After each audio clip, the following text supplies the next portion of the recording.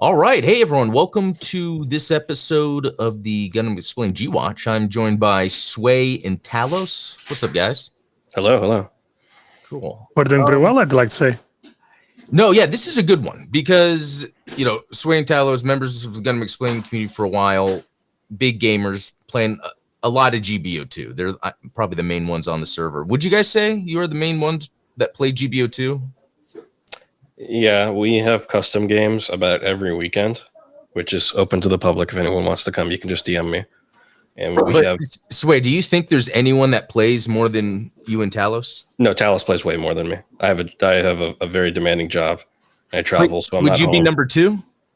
Oh no, I know people who know life neckbeard this game. Oh, okay.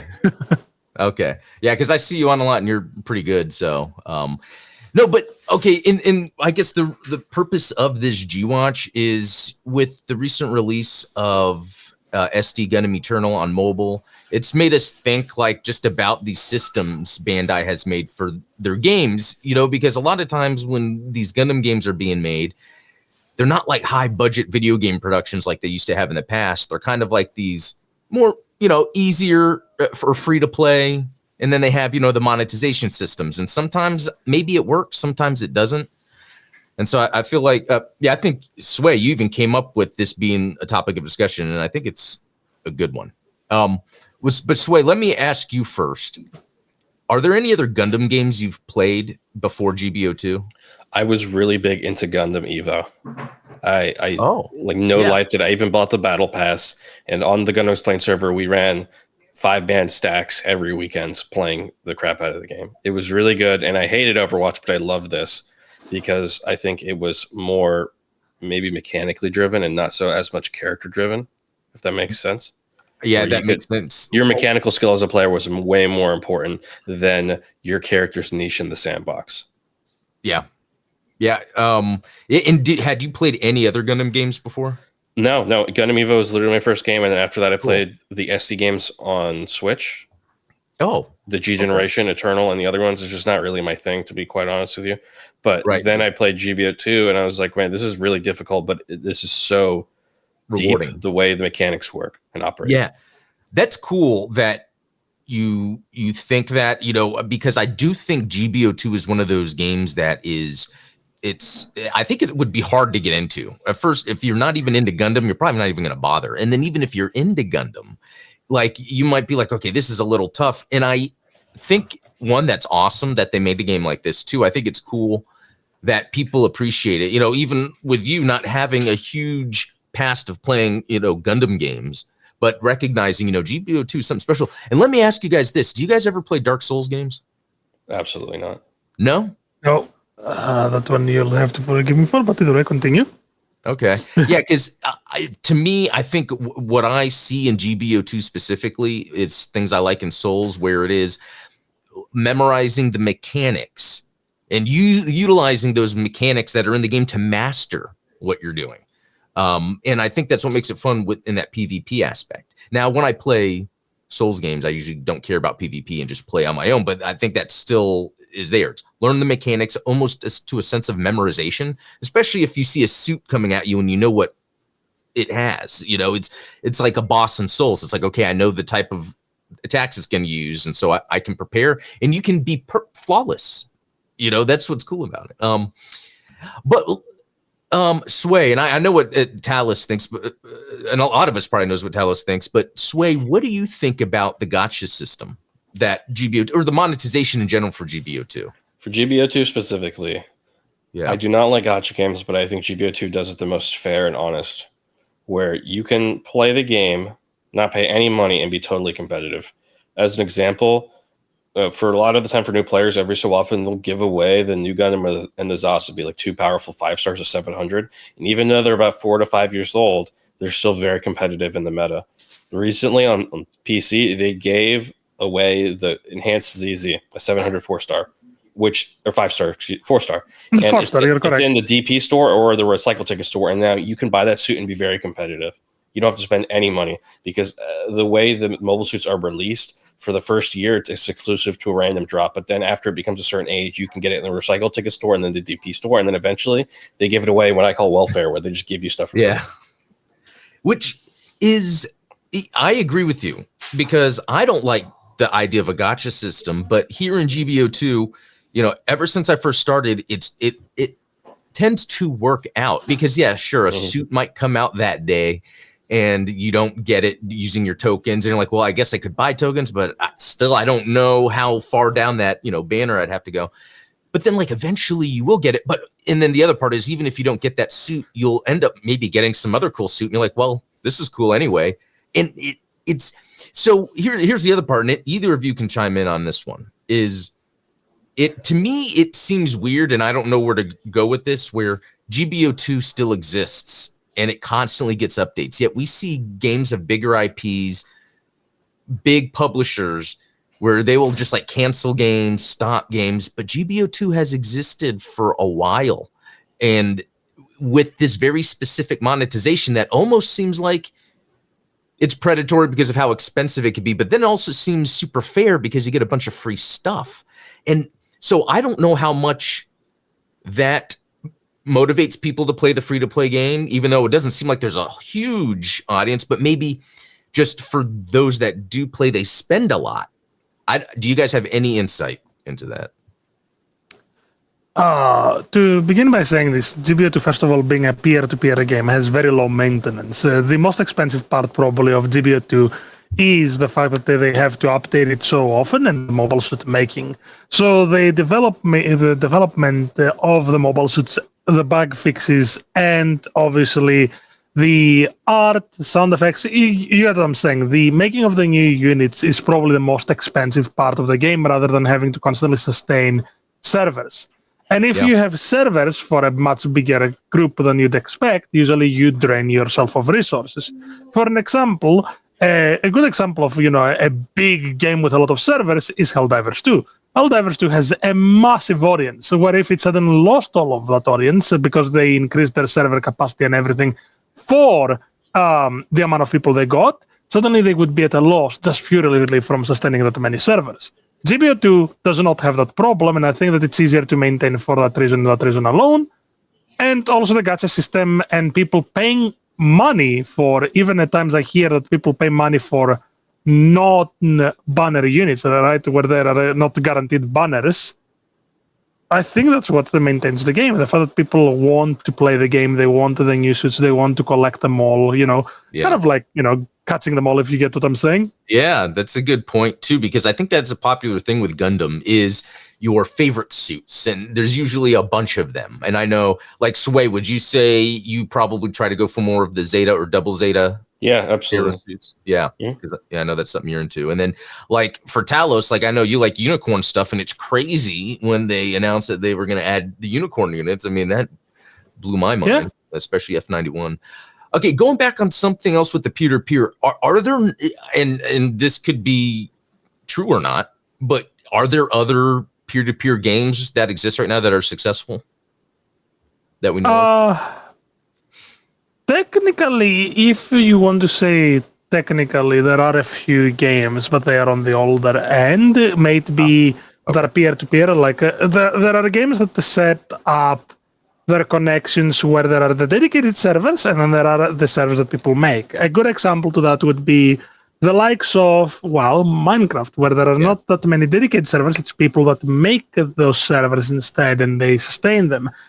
The company itself, Mojang, doesn't have to put money in the multiplayer because the players do it for them.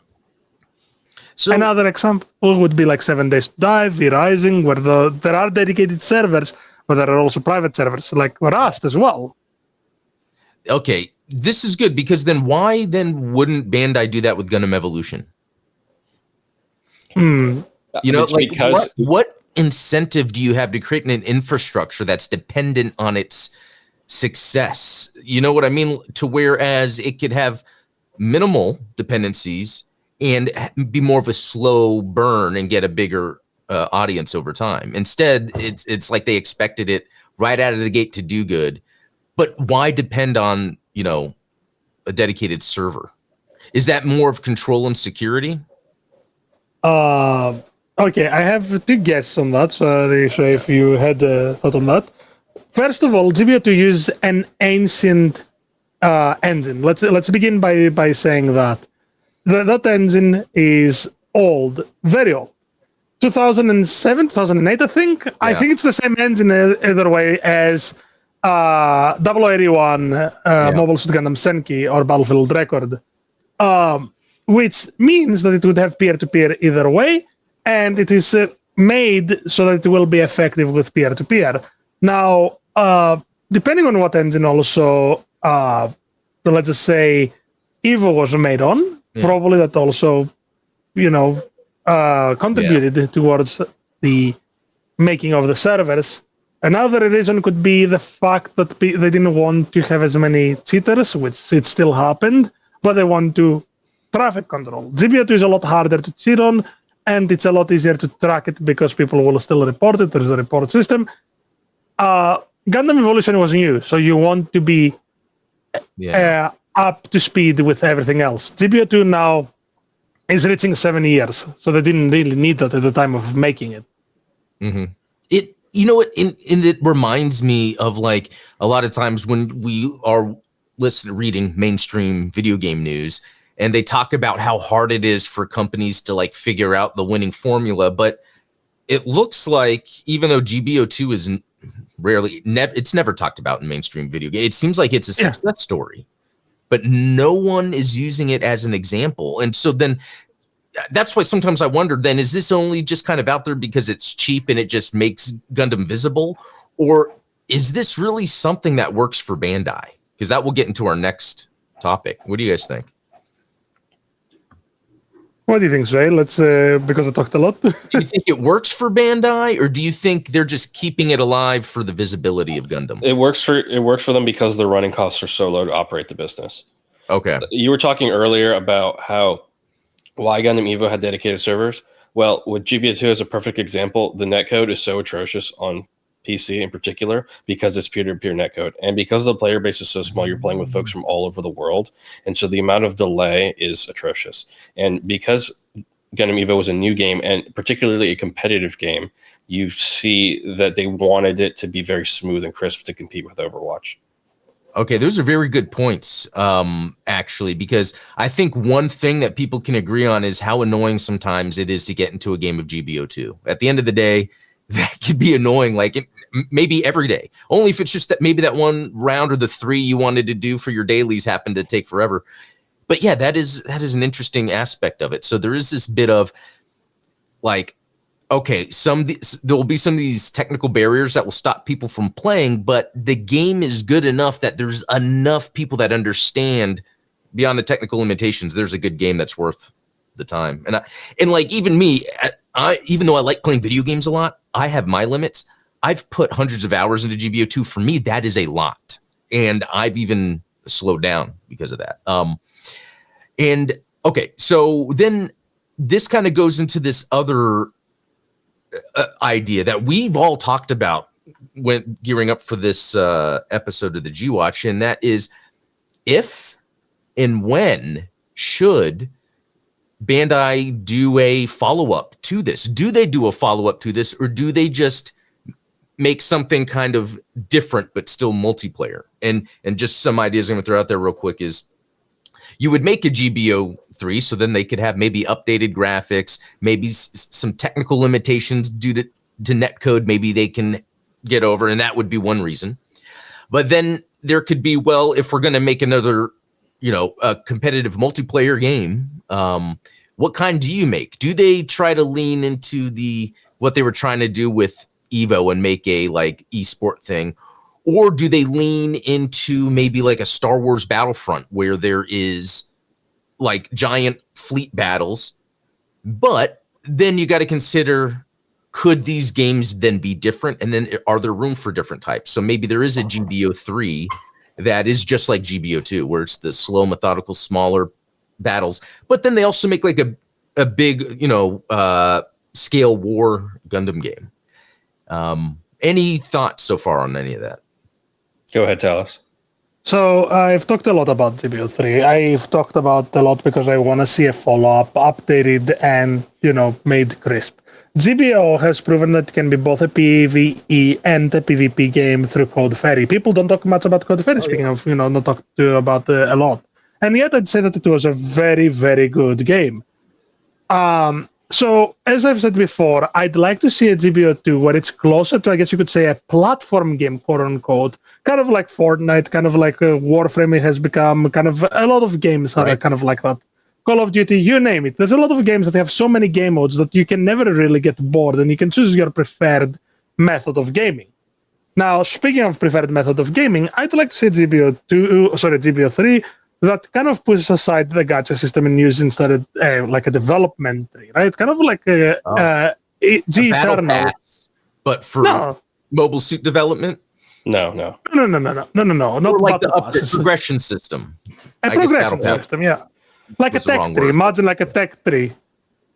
And so you unlock mobile suits through playing them, leveling them, kind of like War Thunder has. But the difference of War Thunder is that you're not going to be stuck strictly on playing PvP. You can play also PvE. Can you imagine a game mode where you enter the Battle of Odessa and you're meant to survive in there? You are one of the lone 20 players versus the infinite constantly spawning, let's just say, Xeon Armada. Yeah. That's a big example. I love that. And within that, it could be for that match, you're just choosing, whatever mobile suit, and it could be like a gun cannon or something. And then as you're playing as it, you're unlocking what would be development advances for it. What you were saying earlier. So it's almost like there's always some meta progression going on when you're jumping into a battle. And I do like the idea of it's like a PvE session, so you can kind of grind and then get stuff. And then maybe if you go jump into PvP, I feel like there's a lot there that I think makes sense. And even better, right? If you want to monetize it, don't make it a pay to acquire, make it a pay to skip. Because speaking of Warframe, that's a success story on its own. It had over 60 million users they were logged in. It's a free-to-play game, so it doesn't sound as magnificent, but it's still a very big number. And what you can do with that is that you can do where you can fast track the development of mobile suits. People would pay for that. I see it all the time. Warframe, for an example, if you wait 24 hours or 72 hours maximum, you can get the new Warframe after you acquire the parts. Game over. People would do that also with the mobile suits that they want a lot. Suddenly, let's just say that for Sway, the Zeta era pops up and he can get the Rick Diaz, but to get the Rick Diaz, he has to level up the Rick Dome. Then he has to get the Rick Dome Statser. He has to get to the prototype Rick Diaz, and then he can go to the Rick Diaz. Right now. Eternal is and I like that aspect. And Sway says, you know what? I don't want to do all of this. I don't have time. But with, let's just say, €5 or $5 or $5 whatever, you can skip all of it and go to the mobile suit that you want because you pay a set amount of specific tickets, quote unquote. Yeah. And suddenly you have a pay to skip that is not predatory because what it's doing is it's encouraging the player to play the game free to play, but they still will suggest to you that, if you want to skip all of the grind, if you value your time, but you don't mind spending some time, you can support the game that way. And the other thing is, right, let's just say I don't know how many AOZ fans or F91 fans are there. So make some of the bigger, but still, less popular releases, kind of like a DLC pass where you buy the pass and you can unlock the development scene. Kind of, let's just say, the Crossbone series comes out, right? There is thousands of mobiles, not literally, I'm over-exaggerating. There's a lot and variation. There's a lot. And you pay $20 and you have access to develop all of them. Yeah. Perfect. I really do like that idea because I feel like it even makes that aspect of it a game. And that's something I like about Eternal. And we're going to talk about Eternal here shortly. But when I'm acquiring new mobile suits, I like that there's a development tree and I have to have the previous one and then leveled up a certain amount to then unlock the other one. I feel like that's almost a game in itself, So another thing, Sway, so if they do a GBO3, what is the type of monetization you would want to see? I really like what Talos says. Yeah. And I agree with him in every sense of the word. The biggest part to me is that if you're a brand new player in GBO2, you get your free unicorn or your free new Gundam, and then you jump into 700 and you have no idea how to play it.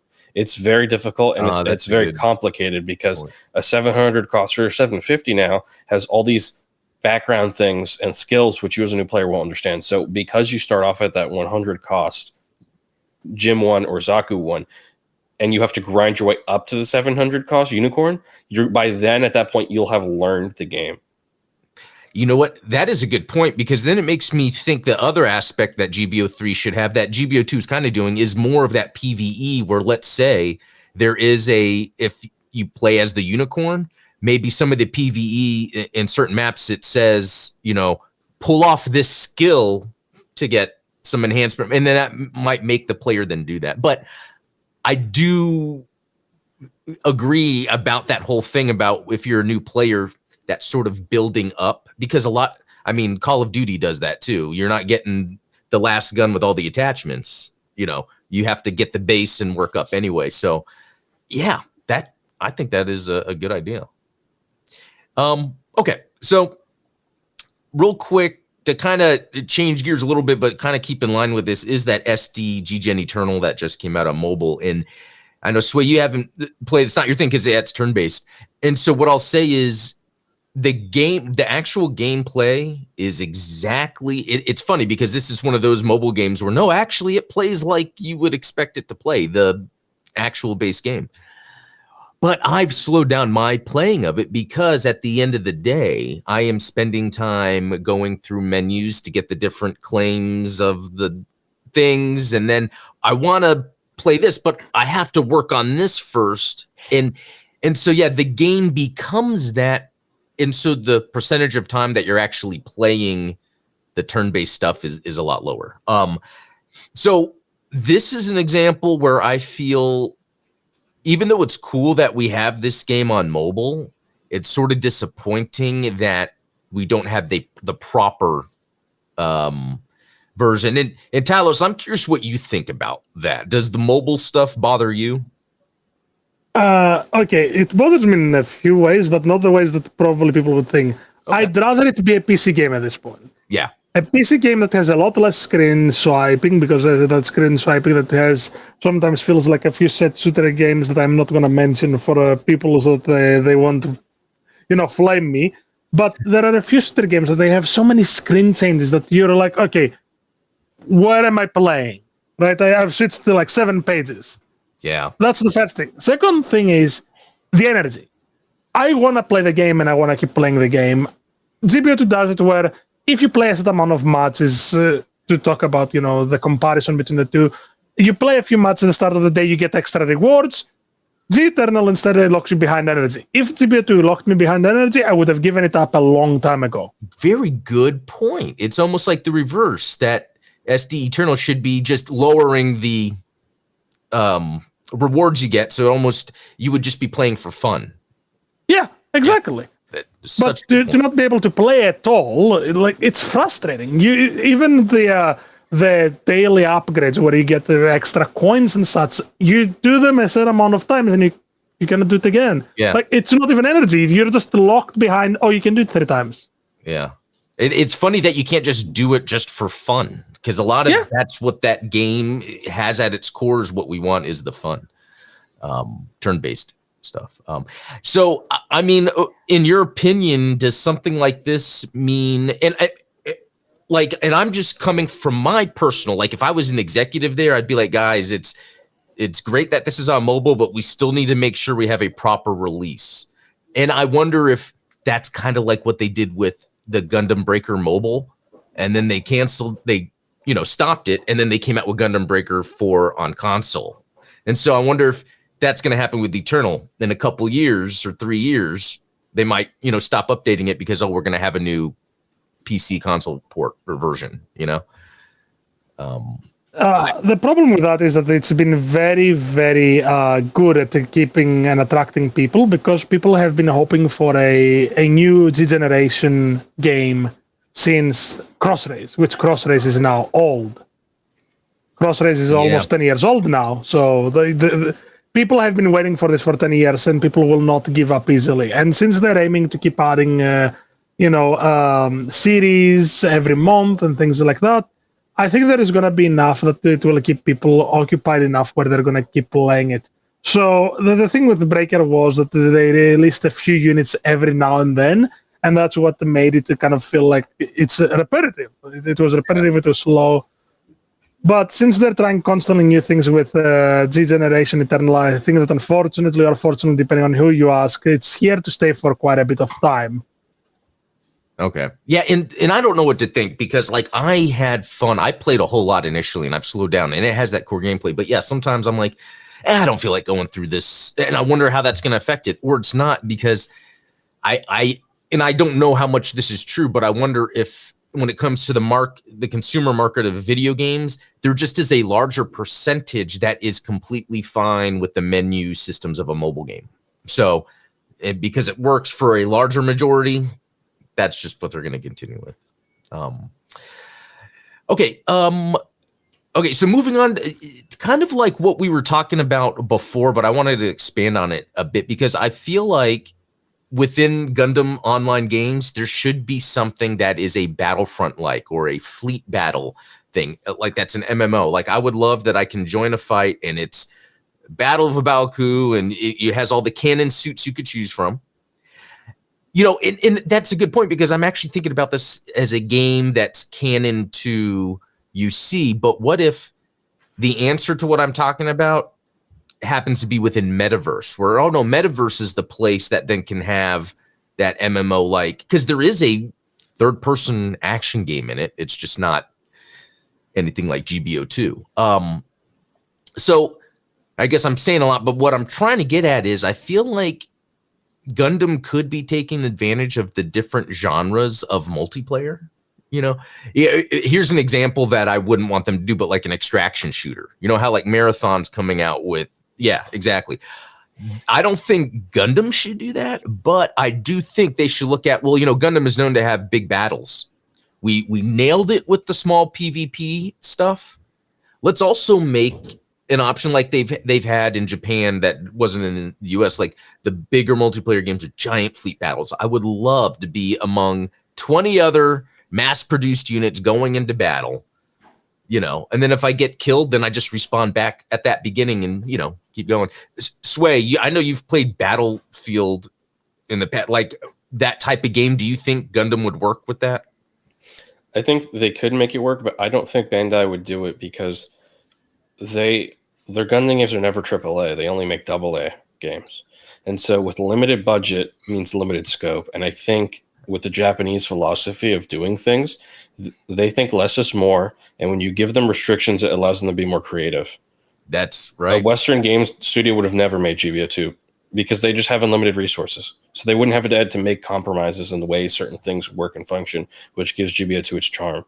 The idea that you said sounds great, but I have no faith in them actually implementing something like that. The closest they ever tried to make was UC Gundam Online, and that shut down very, very quickly, unfortunately. It never even reached across the ocean either. Right. I think, you had to use a VPN and create like a Japanese account or something. That's a different one that you're thinking about. But UC Gundam Online was back in the 2005 to 2004, I think, where it was you had to get on disc. It was a Japanese original and Japanese only MMO where it took place in the 1 year war.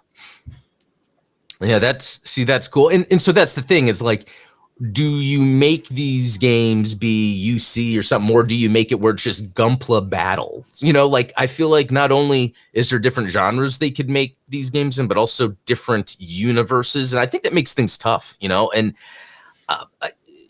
Sway, you brought up a lot of good points there, because at the end of the day, it could just be that exploring that big, large fleet thing is just, they're not ready yet. Like that could be a thing. And almost to go on your point though, I wonder why, and maybe because Japanese consumers aren't interested in this, why haven't they scaled it back to the point of it being more like a simulator?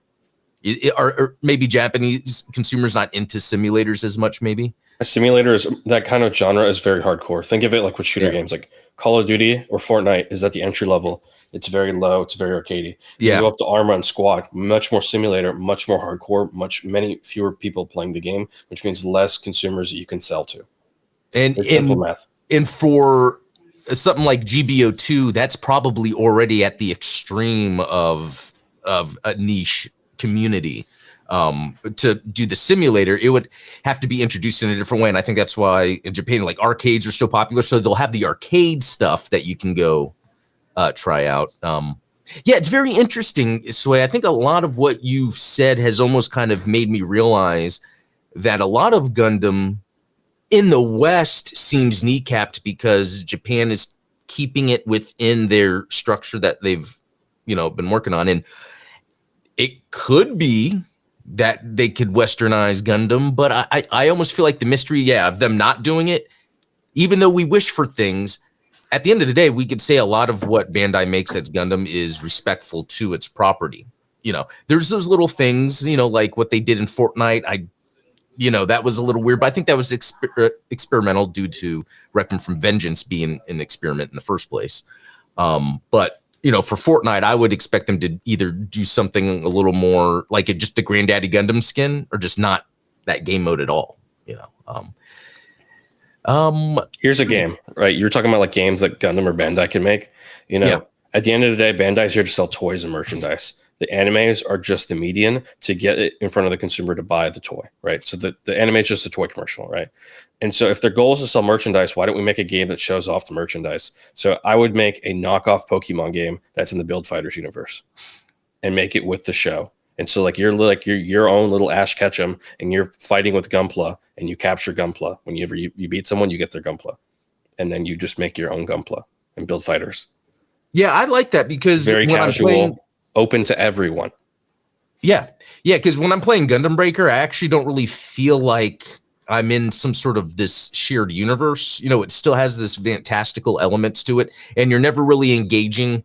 Like, I want to say maybe it was the previous one where you were like a human, maybe, or maybe I'm thinking of something else, but there's none of that aspect, And so I see what you're saying. That could be something where it almost has that meta element, like Ash Ketchum, you're part of the world. Because so that's another interesting thing you bring up, Sway, about the anime is like a commercial, the game is a commercial, so they can sell the merch. And is it really that merch just makes that much money still?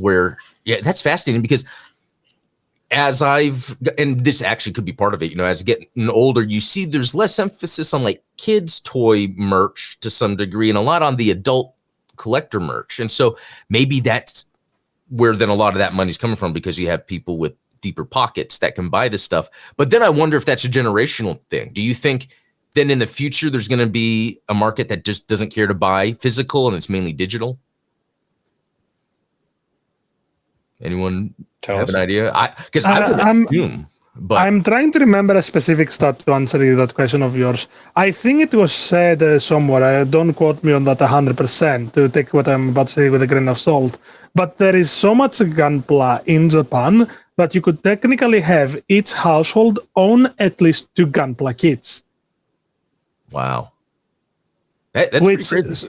Should give you an answer on how much physical merchandise, especially things like Gunpla, bring a lot of money.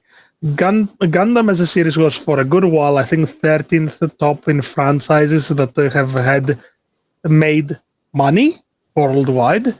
So when you're competing with things like Marvel, DC, Nintendo, aka Pokemon as well, all of that, and you're in the top 13, you're doing something right. I think that the physical media will not go away for a while, at least the merchandise, not so much the media itself. Yeah. Because we see more and more media disappear into digital. Yeah. But what I'm getting at is that I think that as long as there is merchandise, I don't think there's going to be a lack of trying to advertise said merchandise or to make money through that merchandise. So, I wonder then if at the end of the day, is hope lost for that prestige Gundam video game? You know what I mean? Should we just are we just counting that out? That's probably not going to happen. It's never going to happen. It does seem that way. I mean, even not thinking of IP, just the industry in general and video games, it seems like it's just hard in general to take risks like that. So yeah, so why make the risk on a AAA game? Why don't you just make a AA game with a smaller, modest budget? Yeah, yeah, that's what they're. Yeah. And what were you gonna say, Talos? I'd like to say that there is some hope because I'm all about believing in the best of possibility. Yeah. And I wonder what it could be like after the Switch 2 comes out, and maybe these new handhelds. I wonder if that's going to shake up the industry in a way where it's less about graphics. So then these companies don't have to worry about, our presentation has to be amazing graphics, and then the general market will be and I think so, are willing for games not to have bloated development due to graphics. To say that though, and to talk about that, I think that companies need to become aware that it's not about graphics, because there's a load of indie games that make a load of money while looking extremely goofy.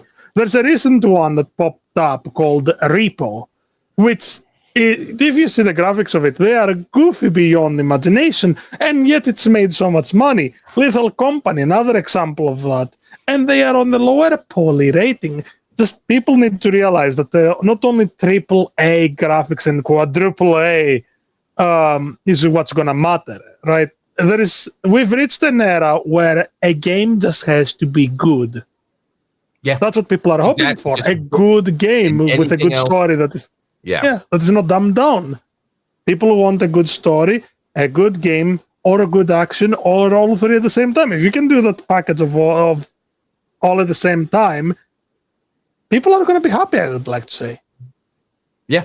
And so at the end of the day, I think that's why, we're having this discussion. GBO2 works despite it seeming like it wouldn't. And as people that appreciate games, we can play it. And it's good to say that, technically this is a good game and it's still around despite everything else. So it is cool then knowing within the way the video game industry is now and things are going to be lower budget. Sway, kind of goes back to your point that Bandai does take their time. If it's smaller, more restrictions allows them to be more creative, and these things end up being fun at the end of the day. So I'll leave it at that. Anything else you guys want to add? I'm good. Like and subscribe to the Gundam Explained show thanks. on YouTube, Instagram, join the Discord server. There you go. No, thanks. Yeah. Well, good talk then, guys. Yeah, that was our discussion about the state of Gundam, specifically like monetization and GBO2 and Eternal. But thanks all for watching. We'll talk later.